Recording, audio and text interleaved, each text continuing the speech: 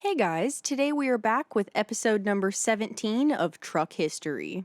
After a brief break from this truck history series and the introduction of our 100 Years of Trucking and Trucks of War series, we are excited to welcome you to today's video featuring the history of White Motors Company. Let's dive on in.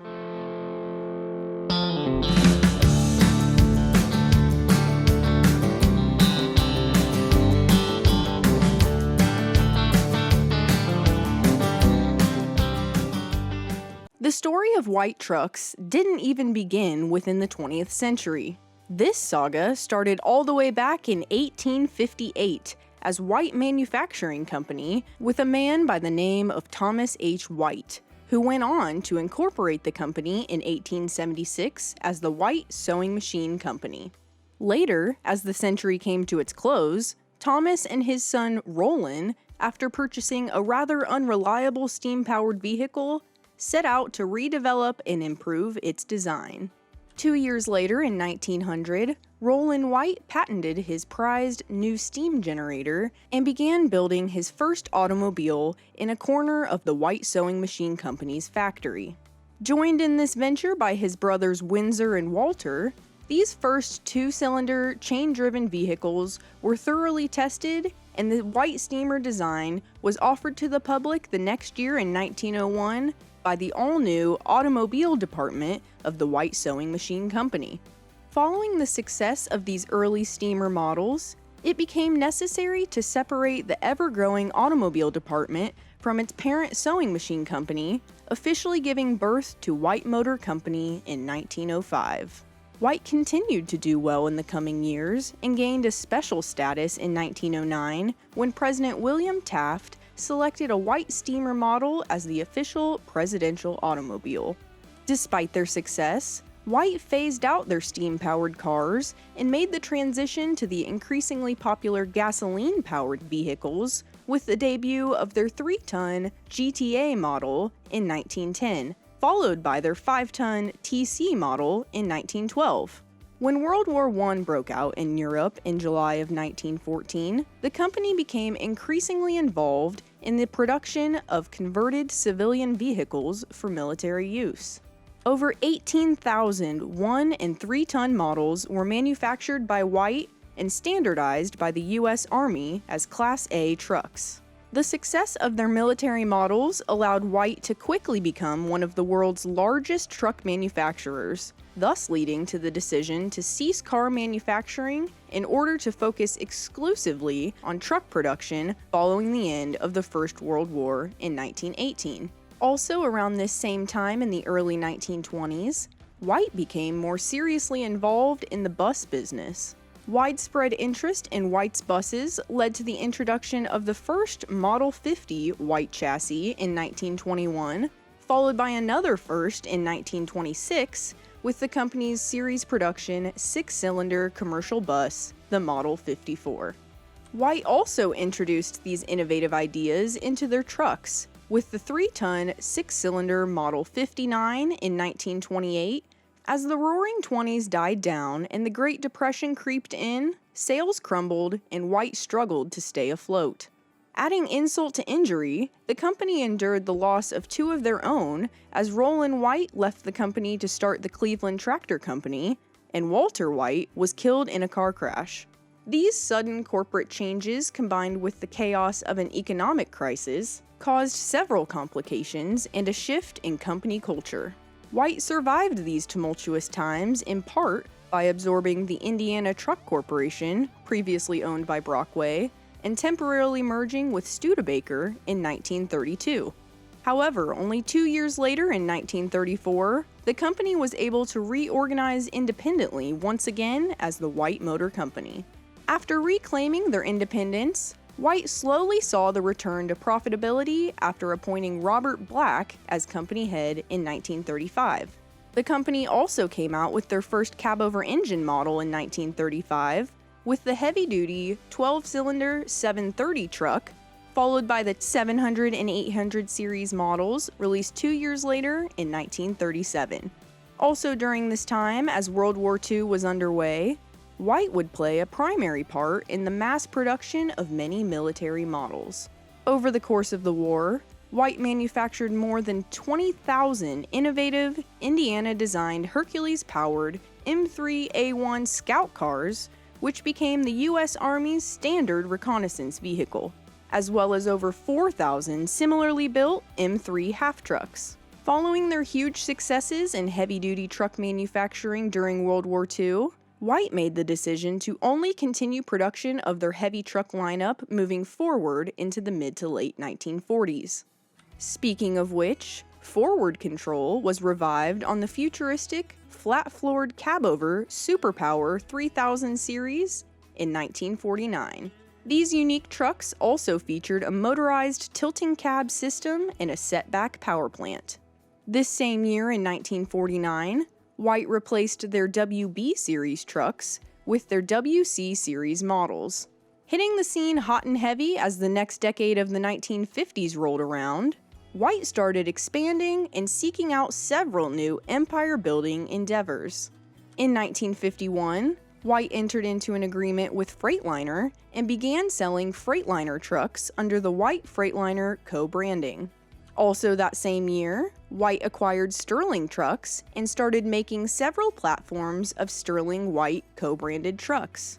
These two truck transactions left White hungry for more, and 2 years later in 1953, the company purchased the Autocar truck brand as well. Despite several successful subsidiaries, White still was not satisfied and went on to obtain Rio Trucks some years later in 1957, followed by the purchase of Diamond T Trucks the next year in 1958. Finishing off the 50s with a bang, White would upgrade their own truck brand in 1959 with a new forward control cabover engine 5000 series model, which came standard with diesel power plants. The 1960s saw a significant drop in sales as debt piled up due to a number of poor management decisions and various other factors, and White looked for ways to broaden their horizons and further expand into new markets. White started by expanding their cabover engine line with the launch of their larger 7000 series models in 1961. The early 60s also saw the introduction of White's compact cabover 1500 series models, which sported a severely shortened bumper to back of cab and a very tight turning radius. Skipping ahead a few years to 1966, White would debut their dynamic duo of 4000 and 9000 series conventional cab trucks. Later the next year in 1967, White merged two of their truck divisions to create the Diamond Rio Truck Company. Also in 1967, White started their Western Star truck division, known as White Western Star, specifically targeted towards West Coast truckers. With the debut of this new White Western Star brand, came the company's cult classic conventional 4900 model. If you'd like to learn more about Western Star trucks, please watch our History of Western Star Trucks video, as well as our 10 things you didn't know about Western Star trucks located on our channel. Despite White's best efforts at expansion, sales still continued to slip throughout the late 60s and early 70s. After a failed merger attempt with the direct descendant of White's previous parent company, White Consolidated, in the early 1970s, White turned to new management in hopes to keep their trucks on track. In 1971, Simon "Bunky" Knudsen, son of longtime GM president and former president of Ford in his own right, was brought in by the company and took over as president of White Motors.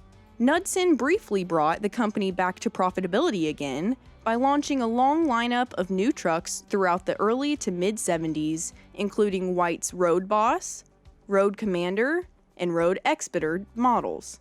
Additionally, White and Freightliner would debut their co-branded White Freightliner Powerliner cabover engine in 1973, followed by their White Freightliner conventional WFC 120 model in 1974, which would later be renamed the Freightliner FLC 120 after White and Freightliner split in 1977. The mid to late 70s would also bring the second round of road rigs with the debut of the Road Boss 2, Road Commander 2, Road Expeditor 2, and White's version of their Autocar subsidiary's Constructor truck. Despite drastic improvements in sales due to Knudson's influx of innovative ideas and developments, unfortunately, he could not counteract years of mismanagement. Unfortunately, as the 1980s rolled around, White had become insolvent. The company began laying off workers before declaring bankruptcy and closing completely in 1980. The next year in 1981, the company's U.S. assets were bought out by Volvo, thus forming the Volvo White Truck Corporation that would continue to sell vehicles under White's nameplate. Following this purchase by Volvo, White's Canadian Western Star Truck division would continue independently throughout the decade, with a limited number of Volvo White high cabover models produced and rebadged as Western Star trucks for sale in the Canadian market.